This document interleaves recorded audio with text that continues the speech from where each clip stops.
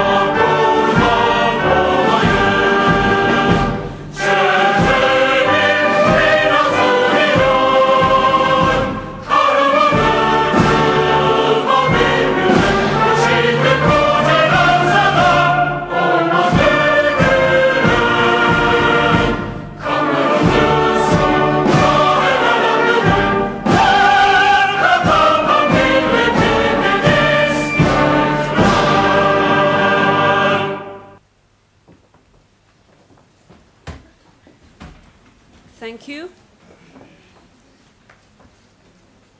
What we would like to share with you is a 2-minute IKU introduction video.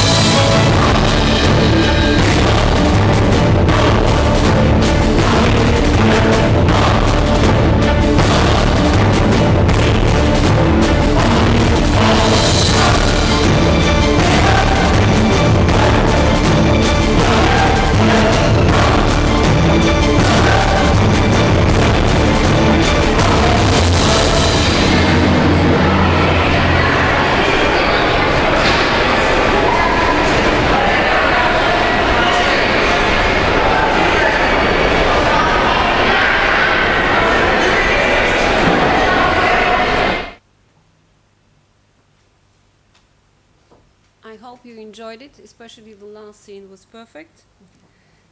Good morning, everybody. My name is Canan, and I'll be your MC for today.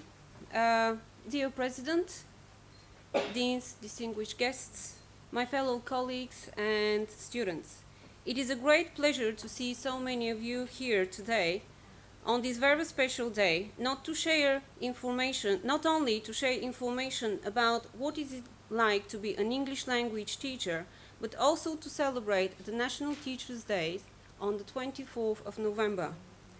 As you can see in the handout, we have a full program for you today. Due to unforeseen circumstances, we regret to announce that the Chair of the Board of Trustees will not be able to join us today. However, she has requested we pass on her apologies and wishes us a very fruitful symposium and a very happy Teachers' Day.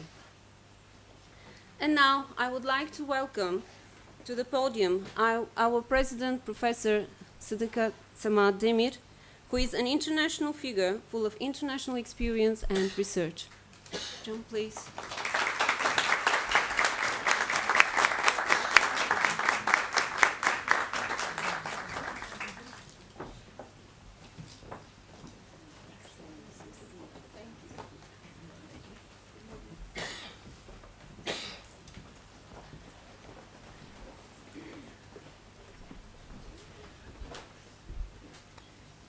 Good morning, everyone. Dean, Director, Department Chairs, Secretary General, distinguished guest speakers, wonderful teachers, teacher candidates. On behalf of Istanbul Kültür University, I would like to welcome you all to this symposium entitled, What is it like to be an English language teacher? The title is so wonderful. It's asking such an important question. And as our MC just stated, our symposium has coincided with an important day, October 24th, the National Teachers' Day. Atatürk had such a vision and had given that wonderful day to us. And I would like to celebrate our Teachers' Day and wish you all very successful careers and lives. And let's give a big applause to all of us, all of the teachers, and celebrate our Teachers' Day. And I would like to thank you for the invitation for Monday, and I will be attending the dinner to celebrate the Teachers' Day with you. Birsen Hocam, thank you very much. Dear guests, as Istanbul Kültür University, we have set up an important goal for the future. Our goal is internationalization. We have been doing many activities and projects that can touch the world in education, research, service, and social responsibility. Another goal of ours is to educate leaders who will solve the challenges of the future. We know that a foreign language is the most important tool which brings success to those leaders and their attempts that will provide a better world for all of us. Dear teachers, we give importance to educating students who have a good command of a foreign language. At our Faculty of Education, we educate English language teachers who will be your colleagues in the near future. And we have some of them here, I hope, the teacher candidates. We also educate linguists who have chosen to study English language and literature at our Faculty of Letters and Sciences. As the teachers of English language, you have a very strategic role in educating our students. Our Department of Foreign Languages prepares our students with the command of the English language before they start academic degree programs in engineering and in economic and administrative sciences. We would like you to know that as a university that educates the teachers and linguists of English language, we do appreciate your efforts greatly. Dear teachers, I do believe in the importance of collaborating with our partners and stakeholders in educational attempts. And I do define collaboration, if I may define it in Turkish, as işbirliği, el birliği, beyin birliği, çözüm birliği, gönül birliği. In English, which it means is collaborations that you really get to work together. You put your expertise in, because we need all the experts all together. And everything is so tough to solve. We have to work together to solve the challenges. And also, you have to really work with your hearts. And that's the last part of the collaboration, the way I define it. And I would like to thank you all, because at my university, I do feel that we do have the true collaboration amongst ourselves, and definitely with our partners as well. And the collaborations between you and our Department of Foreign Languages will broaden our students' horizons. That's why our symposium is a good opportunity for new collaborations to start. And I'm sure that you'll make the best of this wonderful program of the symposium. Now I would like to thank all of you who came here on a Saturday morning and came here on time and we started the program. Thanks for coming. And definitely I would like to thank all those who organized this wonderful event. And specifically, I'd like to thank Professor Birsen Tütünüş, who is the head of our Foreign Languages Department. Thank you.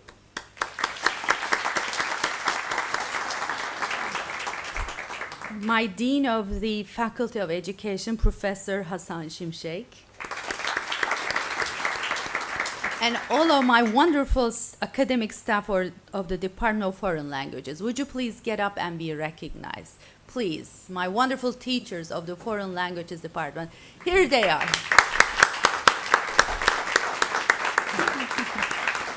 Thank you. And definitely our wonderful partners, stakeholders, Inget and Macmillan Publishers, our guests. Thank you very much. And we have wonderful guest speakers today at our symposium. Leni Dam from International Association of Teachers of English as a Foreign Language and the coordinator of Learning Autonomy Special Interest Group. Thank you for coming all the way from Denmark. We have even warmer weather here for you. And Aydan Ersöz and Suzan İnöz, who are the presidents of English Language Education Association. Thank you. And the Vice Dean of our Faculty of Education, Professor Özge Hacıfazlıoğlu. Oh, welcome. Professor Zulal Balpınar and Professor Ümit Deniz Turan from Anadolu University. Okay, they're coming on their way. Professor Yasemin Bayurt from Boğaziçi University. Not yet, arriving soon. And Professor Aydan Ersöz. Thank you very much for being our speakers, being our guests. Thank you for being here, sharing your experiences with us. And I'm sure that we will have a very productive symposium. And I do wish that you all build lifelong lasting friendships with wonderful projects and collaborations that you are here for. Thank you very much. Have a wonderful day.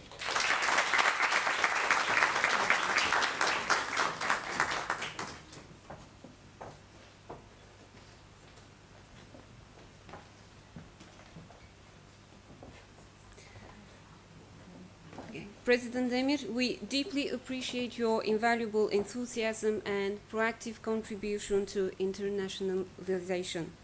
And now I would like to invite Professor Dr. Hasan Şimşek, the Dean of the Faculty of Education. Please welcome Professor Dr. Hasan Şimşek.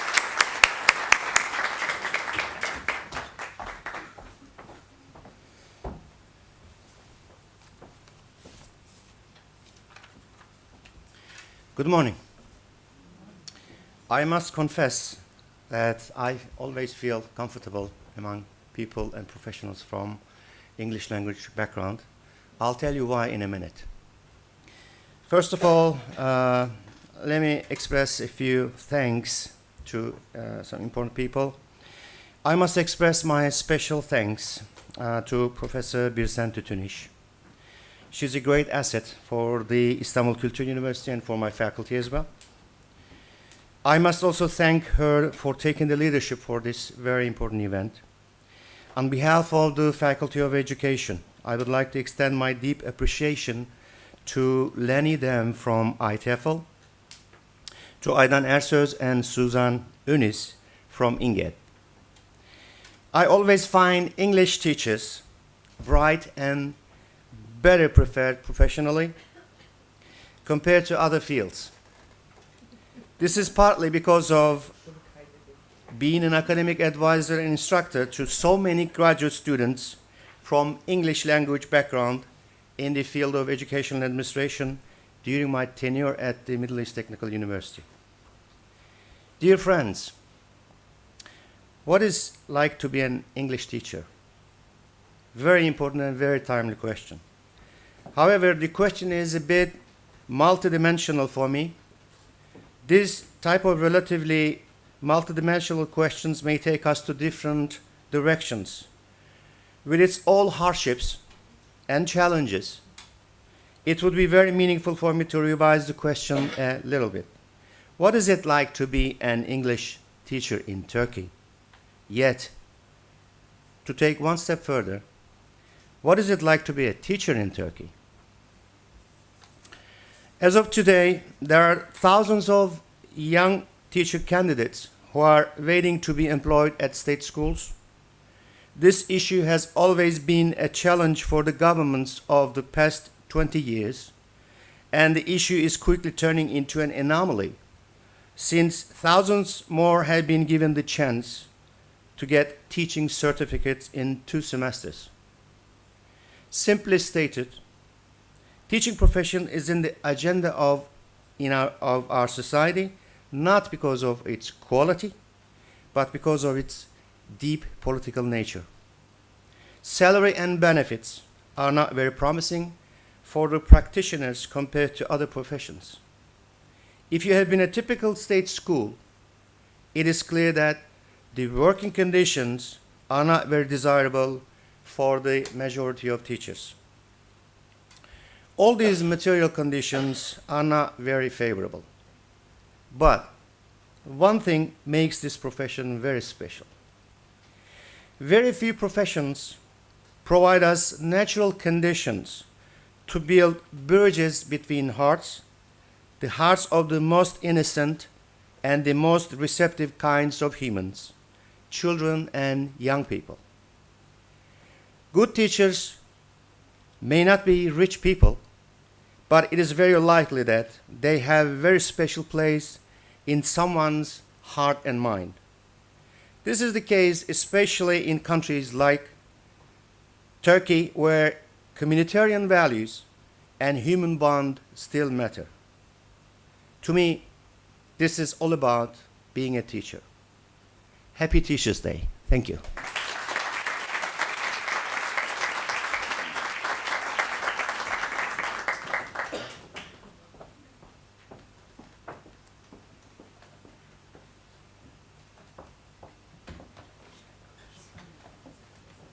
Thank you very much for your insightful speech.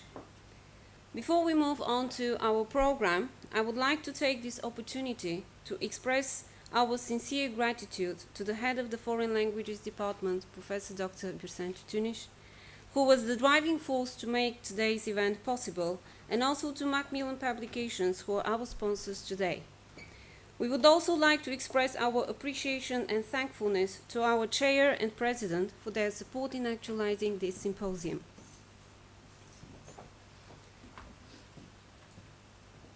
And now, we are very honored to have our first speaker, Leni Dam, TEFL and SIG coordinator.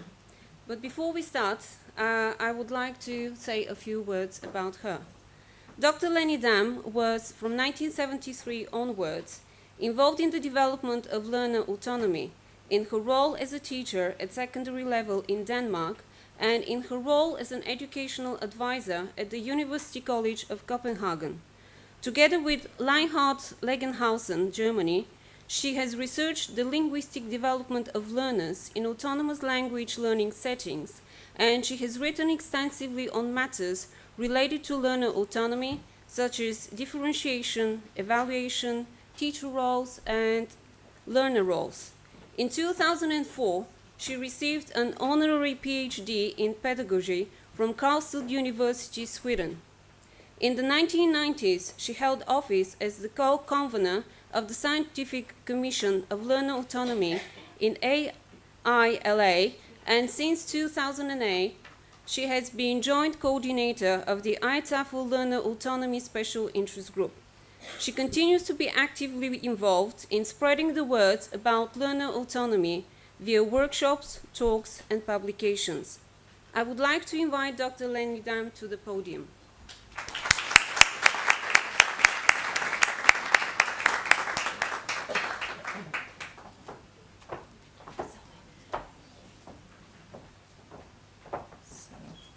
Just a minute or two.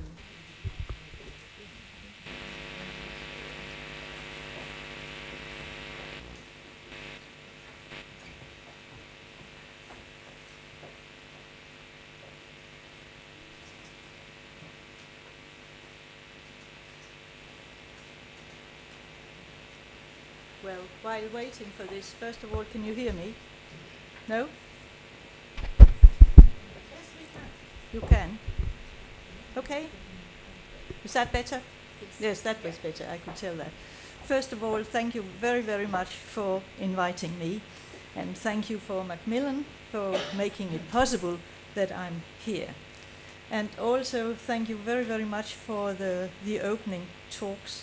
I can tell that my message today about learner autonomy really brings out what I believe is possible in Turkey with our view of human beings, of our children and their hearts.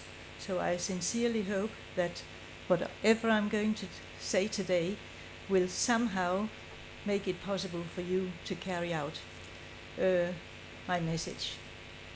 I'm very, very pleased to be able to be in front of a group of teachers. It's 6 years ago that I stopped actually teaching and running courses, but I'm still around here. And now let's see if it works. That is always exciting, isn't it? This is my dog. Very nice Irish terrier. Isn't he lovely? Okay.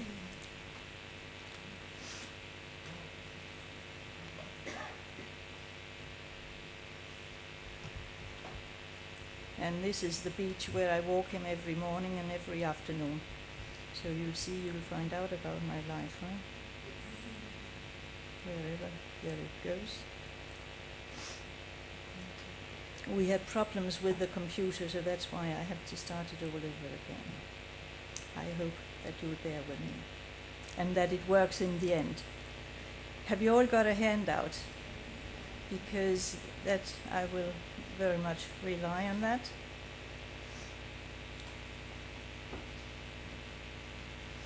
And when time runs short, as it very often does, when I give talks, then it's, no, why doesn't it want to? Oh, here we go.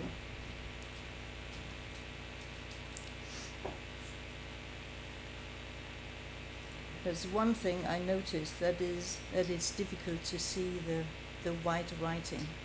It's so nice on the slides, but okay, I think we are nearly there now.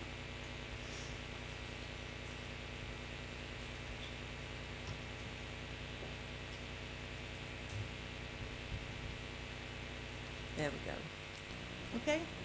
Oh, what a lovely green. That's a hope, right? The color of hope. Anyway, how to realize learner autonomy in our EFL classes. How many of you are doing it already? A few? Very few? Okay, you've got a big task, and the rest of you will be doing it on Monday, okay? No, that's when you're celebrating, no? No, okay. Anyway, as you can see, what I have focused on is really my personal experiences as a teacher and teacher trainer. In the presentation of me, it's true that I've had actually 2 jobs. I was partly a teacher in an ordinary school, and I was partly a counselor and in-service teacher trainer at the University of Copenhagen.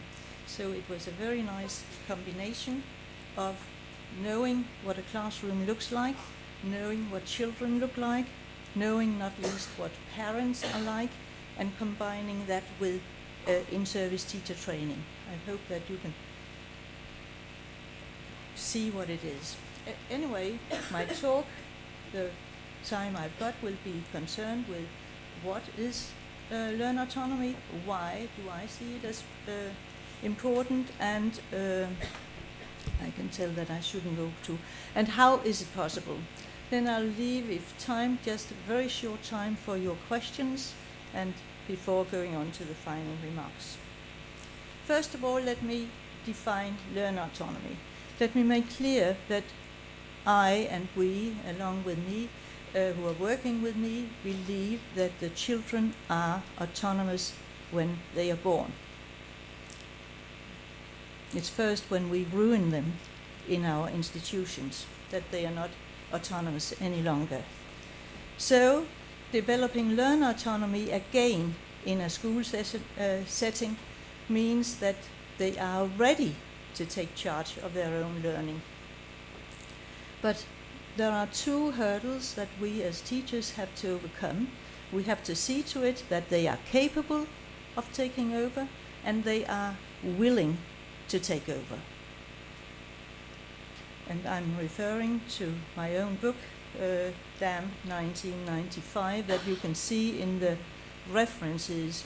Let me just point out at this point that Authentic unfortunately went bankrupt, but it's now possible to get it from a Danish publisher, and you can see the address where it can be ordered from. Now, what has very often been the case is that learner autonomy has been looked as a chaos, or that it was something about learners getting on the best they can. But that is not the case. So I want at this point really, and also because today I'm trying to say what is it that the teacher does. To me, it is not, as David Little said, a matter of letting go as best they can. And I have brought it even further. I claim in my article from 2003 that developing learner autonomy is the teacher's responsibility. We are the ones who are responsible for developing learner autonomy. Don't tell me that the students, the learners are lazy, they don't want to, etc. We are the ones responsible. Now, when we carry out learner autonomy, there are many reasons for doing so from the very beginning. When Oleg first came up with his definition in 1979. But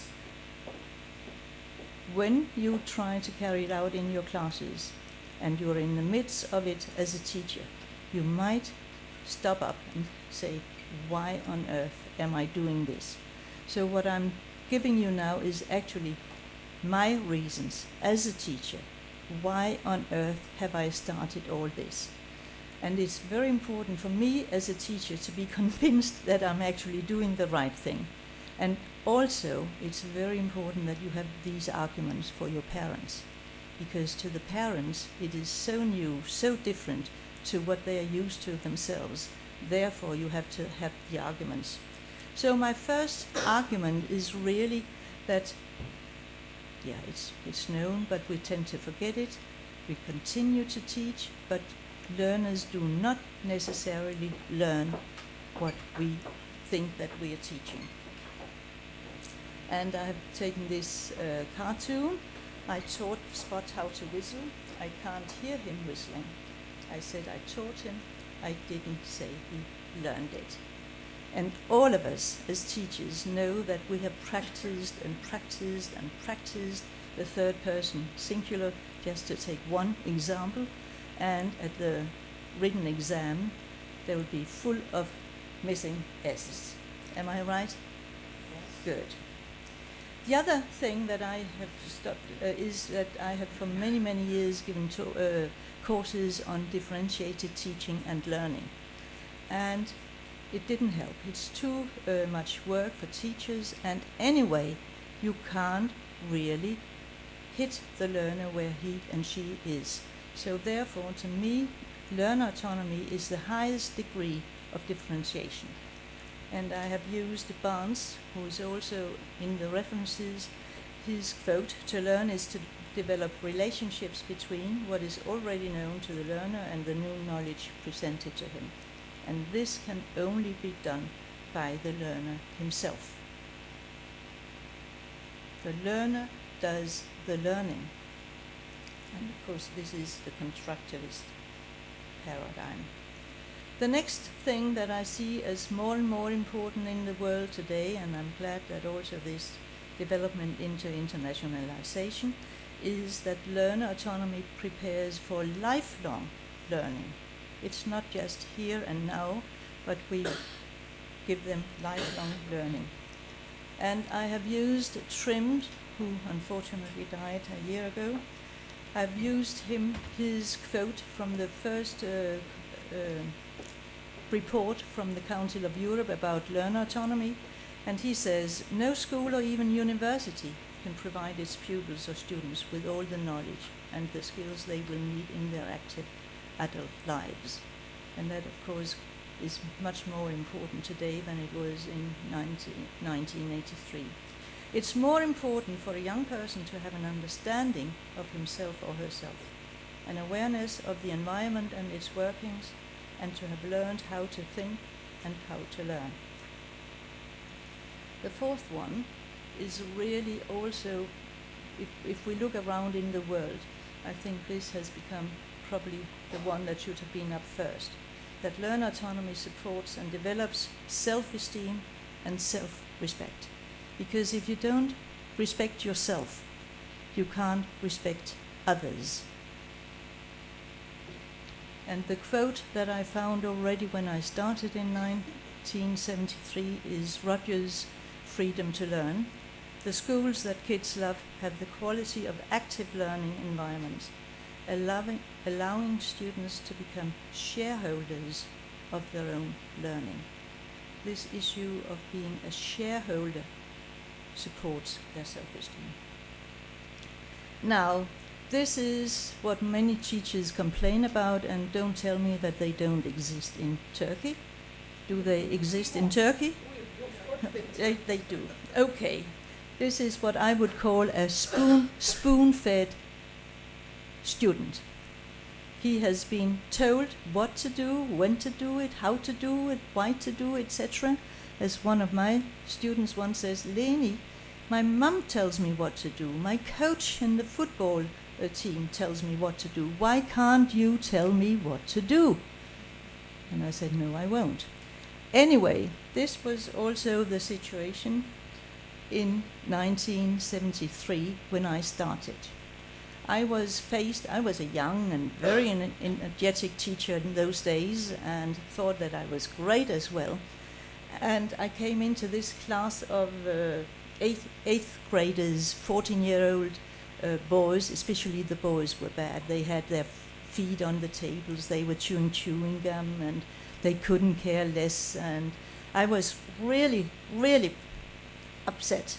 So what did I do? I went back home and tried to get more activities, better activities, more creative things, and there they were. Boring. Now, sometimes I'm fairly sort of, I've got temper. And as I was also the math teacher in the class, I had one of these wooden sticks. And in those days, we had these plastic bracelets. So I got so upset. I was standing up like this, and I had the desk in front of me, and then I banged my hand and the stick into the desk. The stick went up in pieces. The bracelet was like a firework all over, and at least they got their feet down from the... I said, okay, if it's not good enough what I do, what do you want? Do you want us to say that? Yes, I'm not going to do anything before you say, well, we could perhaps. For what about? I said, fine, let's try that out. And that was my very first beginning of learner autonomy, that I got them involved and I caught them there, because it was very, very difficult after that project to say that it was not very good, because they had decided. It was not fantastic, but I got them involved. Okay, so my question then was, how can this be changed? And this was my first way of doing it. So up till that day, I had planned what to do. I had carried out the plans. I had told the students what to do. I had spoon-fed them. I had evaluated the outcome. I had gone out of the classroom and said, oh, what am I to do? And I have tried to come up with new activities, better activities. So on the whole, it was completely teacher-directed. And I was very lonely in those days because I had nobody to share it with. Okay? Now, developing a learner autonomy is actually to get the learners to plan, to carry out the plans, to evaluate, and to decide on next step. So it's a move from the left-hand side to a possible right-hand side. Of course, as I said, the teacher has got the responsibility, so it does take place in negotiation and cooperation between teachers and learners. It's not an either-or. Don't be mistaken. I will show you that it's definitely not. But the main thing is that what happened was that I shifted from a focus on teaching to a focus on learning. So instead of, when planning my lessons, I would say, how do I best teach them this or that? I started saying, how do I best support their learning of this and that? And that had a fantastic impact on my classroom settings. When moving from left to right, I also had 4 important questions that I asked myself. What do I do? Why do I do it? How do I do it? And what next? These were also the questions that I hoped my students would be asking themselves. Now, when talking about learner autonomy and showing people my videos, etc., these were all the questions that came up. Some of them excuses because it's frightening to let go. It's not frightening for learners to take hold, but it's frightening for teachers to let go. So these were all the questions. Some of them I will try to answer. Notice the one, too good to be true, because they can see that it actually works. And even though I had those 4 why learn autonomy, then one of the most important ones for many parts involved in teacher and in learner education is that the results are better than in the traditional teaching. Much, much better. We have got data on that. So what do I use when I try to go from the left to the right? So these are the tools that have to do with the learning environment, the setting up of the learning. First of all, seating in groups. It's not necessary that they work in groups. They can work individually or in pairs or in whole groups, but the seating in groups has many, many, many advantages, and I can highly recommend it because it's less threatening to use the language. It's over to the learners to be responsible, and it reduces teachers' talking time, and we tend to do that a lot. Now, the next thing is a clear structure of a lesson. When I ask teachers, well, what is your structure? And if I ask you, what is your structure of your lesson? I'm pretty sure that you can't say precisely. In Denmark, especially teachers of German want to be creative. Oh, no, no, no, no, we don't have any structure. No, we have a little bit of this and a little bit of that, and then we do this, and the next lesson we'll do this or this and this. And I say, how on earth will you manage to get your students to take over if they can't see a structure? You understand me? It's important that the learners who are to take over see a clear structure. And it is not boring because they are involved. So what I do is that I have teachers' time, students' time, and together time. I've split up lessons or weeks in these 3 things. If you have very short lessons, you can have 1 lesson with teacher time, 1 lesson with students' time, and 1 lesson with together time. Or when the young learners, it takes more time for the teachers' time, less for the students' time, but when they grow older and at intermediate level, there will hardly be any teachers' time, as you will see. Now, teachers' time is not teaching. Teachers' time is used for preparing learning. Please have that in mind. So teachers' time might be to introduce an activity where they might learn third-person singular s, but it's not teaching third-person singular s. I hope that is clear. And then there is important that with clear demands and expectations, especially nowadays with our inclusion in our schools with the handicapped children. It's very important that they see the structure and they are told clearly what is expected, not only in talking but in writing.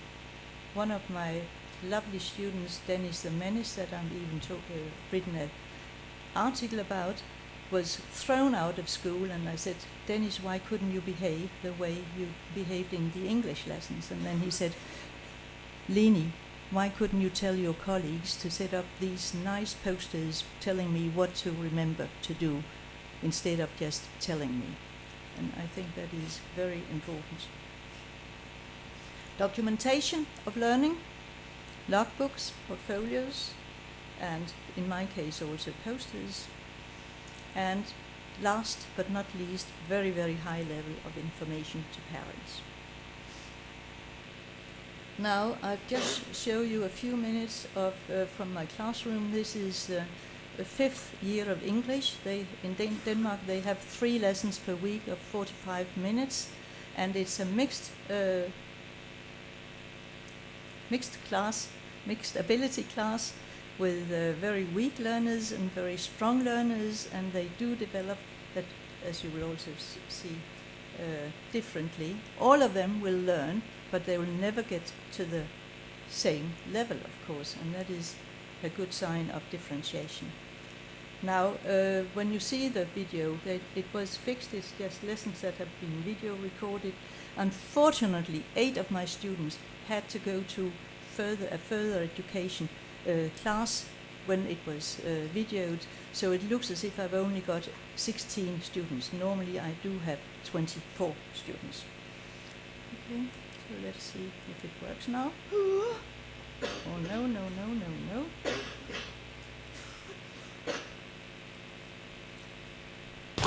All right. Are you all right in your groups? Looking all right? Emma has got a new haircut, huh? Let me have a look at you, Emma. Great, great.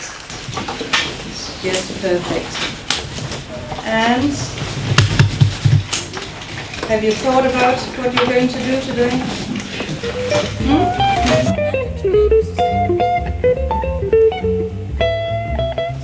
In the previous lesson, as the beginning of the project on England and the English, learners discussed the question, what is culture in groups? The outcome of these discussions was collected on a poster. Based on this list of learners' views on culture, groups were then formed according to individual interests. Today, the groups will start planning which data to collect for their topic and how. Would we like to find out which questions have we got for our project? What do we want to find out about our topics? And secondly, how are we going to find out about it? So those are the posters that I want you to make today. Who, what, and how. Right?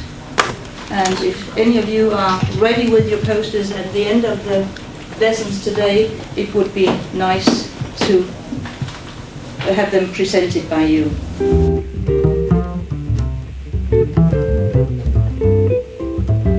So let us just check with the groups, and we've got group 1 here with Max, Annemette, Emra and Louise, right?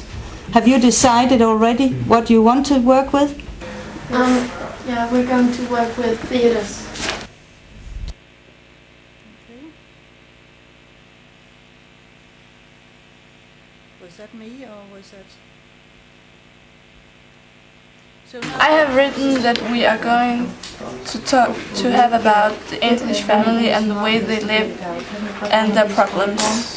And you would like to have about the fashion. Yes. this is a grammatical problem that I do not want to And we have to find some materials. I have read about a girl and her problems with her mother and father. I find it's very limited. Yes. I have just looked in some magazine for something about fashion. And I also think I will read in my book. What have you done so far? Just look in some magazines. Okay, what have you looked at? Fashion, Fashion, what kind of fashion? clothes, boots. Sorry.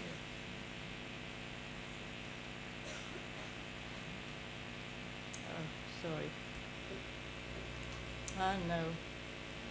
So it's very interesting to see this very weak learner who has actually taken over a traditional teacher's role, which they have never heard me do, but she suddenly is in charge of the way that they work, which is fantastic. She is a very, very dyslexic learner who I couldn't read what she wrote in the first year in Danish, and she ended up having one of the best marks at the final oral exam, not in writing but in oral exam. And you can see how self-confident she is here, actually pushing her peer. Okay, so that was the students' time, and now we have together time, and you can see the posters on the wall. Okay, let's see if it works. There it is. It's together now, and some of you did manage to make posters, and one of the groups were you, Lasse and Jan, and where is Jacob over there? And Lasse, are you going to tell us what and how? Yes. Youngsters in England. Who? Jacob, Jan and Lasse. What? Youngsters in England. How? Discuss what we want to know about England. So group number 1, you have finished as well, and who is going to read it aloud? I am. Mm-hmm. Who? Max and Amette, Louisa and Emma. What do their houses look like in the country, in the city? What spare time activities are there, and what kind of animals are there? We're not really finished, because that's also a part of our homework to find out what else we're going to do with our poster. And then how? Interview people in England. Ask them about what they think about living in the city and living in the country. Taking photographs and collecting materials. And nothing else. What else you might come across? Yeah. Any comments or questions to the group? No? All right. We've got 2 posters. When will the rest of you be finished? What about the underground group? We don't know yet. You don't know yet? So what are you doing at home? We're finding out how we're gonna make it. Have you had any problems today? Yes, Max? Yes. It was very difficult to find a subject. So we tried hard to find one. And we did. Good. First we had a subject about theaters, but it was too narrow a subject. So we took another subject, and that is what Anna-Mette has said. All right. See, again, very slow. That was the sort of spread of the 3 sections of a lesson. The other one, as I said, was very important, that with the clear demands and expectations. I'll try and stay over here. I've taken this cartoon. Unfortunately, it's in... but he says, that's it, enough for today. See you tomorrow. And there she is, big, and that was definitely not what was intention. I thought I could decide myself. But it's also very important when it comes to homework, and I think one of the things that I definitely have changed is the type of homework. I'm so fed up with seeing the type of homework in traditional classes. I've got my grandchildren now having started. Fortunately, I taught my own children, but my grandchildren are now involved in a traditional Danish school. And the type of homework they get is really just practicing what they have done at school. Only doing what they did in school. And they all have the same amount of homework. Do this, do that. And to me, homework, and that is, in my view, a disrespect of the learners, that we just tell them to do things that are not needed. So to me, homework is, as I write here, in extending learning to outside school. And what my students do is that they choose their own homework, but not just because they would like to work with motorbikes or whatever. We make a list of ideas for homework, and that's where I have say. So the ones that you see here are just the ones that fit into my lessons and into my teaching, but you could do your own. So here are ideas for homework. They will be added on also by the students themselves, and perhaps you can see that there is some progress. Now, what is in my case is that we also set up rules for homework. And the first one is the teachers. Homework is a must. I do believe in doing something outside school, preparing for what's going on in class. And you can choose from the list of ideas. You must be able to do your homework without the help of parents. My parents loved me. This was what the students decided. So there is no excuse. They can't come and say, well, we didn't do our homework because we didn't know and my mother didn't have time to help me. Okay, so when they choose a homework, they must acknowledge that I can do it on my own. And the next one is the students as well. Whatever you choose should be so interesting that you can't help doing it. And the last one is mine. Now, documentation on teaching and learning. First of all, I have my own logbook. You couldn't really see it in the video, but I have constantly a logbook with me when I walk around to the learners and I make notes. I'll show you in a minute. The students' logbooks show the process of learning. Here you see a student at intermediate level. I've brought some along, so if during the day you would like to see them, you're welcome. And then I used portfolios to have the products and the posters that you saw on the wall. All of them show the progress of learning and teaching. This is my logbook that it should look like. It doesn't always look like that, so I haven't brought along any of my own. But this is what it is intended. On the left-hand side, this is the plan I do for the lesson. So I do plan. The more we plan, the more open we are to learners' suggestions. So I have a plan, and then during the lesson I will write my comments as we go along. The students' logbooks, very simple. Day and date, things I do, things I've learned, evaluation, which is crucial, and homework. These are the 5 things that are demanded of them, and you have got even more demands on your handout. But these are the ones that are inside the logbook, so they know what I expect of them. I just want to show you again the big difference in this class. This is the very first lesson. The 2 students in the same class. Notice Thomas and notice Birgitte. You can tell that I certainly have not taught Birgitte all this before she starts school. But I think in traditional teaching, and I can see it from my grandchildren, they forget what they bring to school. They are not made use of. What do they do instead? They talk about what their name is. And you can read more about that in my 1995 book. Involvement of parents, and it is very important with a high degree. So what I do in a letter to the parents at the very beginning, I tell them what we do, I tell them why we do it and why I do the things I do, I tell them how I do it. Sometimes I even invite them to do some of the activities at beginner's level when they come to their first parents' meeting. And I also tell them what I would like them to do. Show interest in their things. So all these were the sort of outside the organization of the classroom. I have also pointed out some important elements in the actual contents of learning.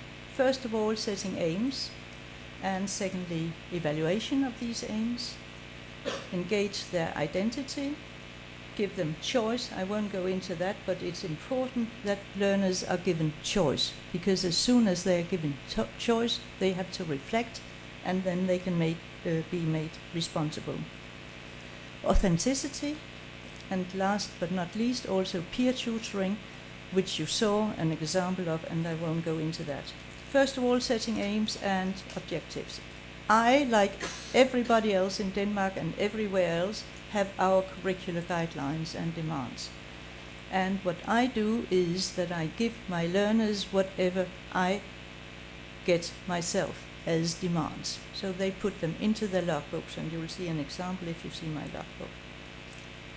But also, if you use a course book, which I fortunately did not have to do, you can take the objectives there, or you can have tests or presentations, and then you can find out what can I do in order to become better.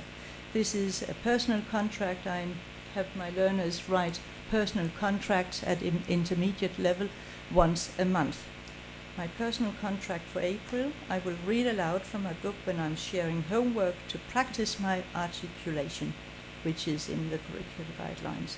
I'll write some stories as homework to practice my spelling and written language. The daily evaluation is very quickly done, and it's done in their logbooks. So they all write down self-evaluation, that is the first one. Then peer evaluation, and finally teacher evaluation. And I have two formats, either a line from 0 to 10 where they indicate whether it has been a 2-day or a 7-day, but they have to write why. For weak learners who can't write, they can tell me, and they're even allowed in Danish, just tell me in Danish why it is a 2-day. Or they can continue with written evaluation.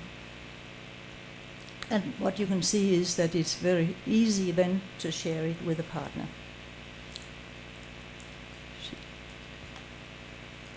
The way I get them involved with their identity, and what I have chosen here are actually things that can be done without or with a course book. So one of the first things I do is, why do you learn English? How do you learn English?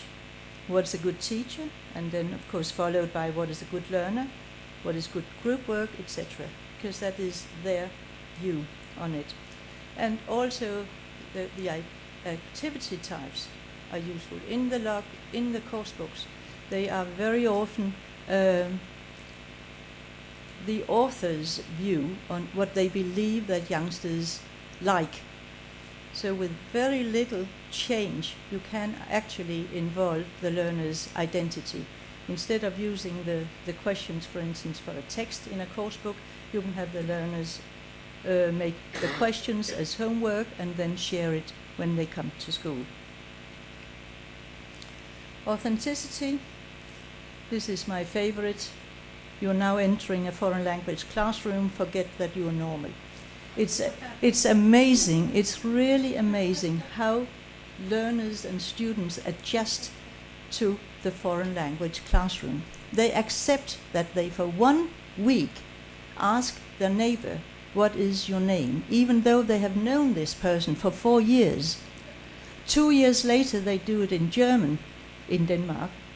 And in order to be really sure, 2 years later, they do it in French. So after 6 years of foreign language learning, they definitely know their names, right? You might not have thought about it, because people say, but then they learn how to say their names. But it's artificial. And the effect is that they forget that they are normal. We are now in a foreign language classroom. The next thing is, of course, when the teacher wants to practice the adverbs, she's got a pencil in her hand. She puts it on the table and asks the student, where is the pencil? Where on earth in normal life, if you can see, would you ask that question? But we do it again and again. And this one is, I would like you to frame this one because this is awfully difficult. Don't ask questions that you can answer yourself. Don't ask questions. So we would say, what's the word for this? Right? Now what is it that we actually do? We control them. We want to know if they know the word for this. And if we really want to know if they know that word, then we could say, do you know this word? Just this small change. I'm not saying that we should not try their vocabulary, but don't say, what is this? I mean, it's like in church. This is his body and this is his blood. Okay? Of course, that might also be... Sorry, no. Don't ask questions that you can answer. Use the target language. Please, please, please. From the very, very first minute. Target language, target language, target language. And when talking about the activities in the course books, they are very often reproduction of language and not production of language. Get them involved in producing language. Now, if you do it in the other way, I have to be quick. If you use the course book and use the activities as they are in the course book, then the results will be these peer-to-peer talks. It is a German gymnasium. It's not a mixed ability, it's a gymnasium. The highest 10% of German youngsters, after 1.5 years of English, they used a course book called Green Line, and they were asked to talk about things of their own choice. And this is the most creative we could find, because the first sentence is not in the course book. I'm going to have a family with 2 children and I'm going to live in a big house. When is your birthday? Oh, my birthday is now. Ah, my birthday is on the 16th. When is your sister's birthday? What films do you like? And you see no connection whatsoever, no interaction, no communication. And here you have my 2 weakest learners. It's Lasse, the L, the one who read aloud, and Dennis, who was thrown out when the film was taken. What should you do today? Today I have my birthday. It's very, very poor English. But notice the communication. Look his way of communicate. And that is, of course, the most important part. That they show interaction, they show interest in each other.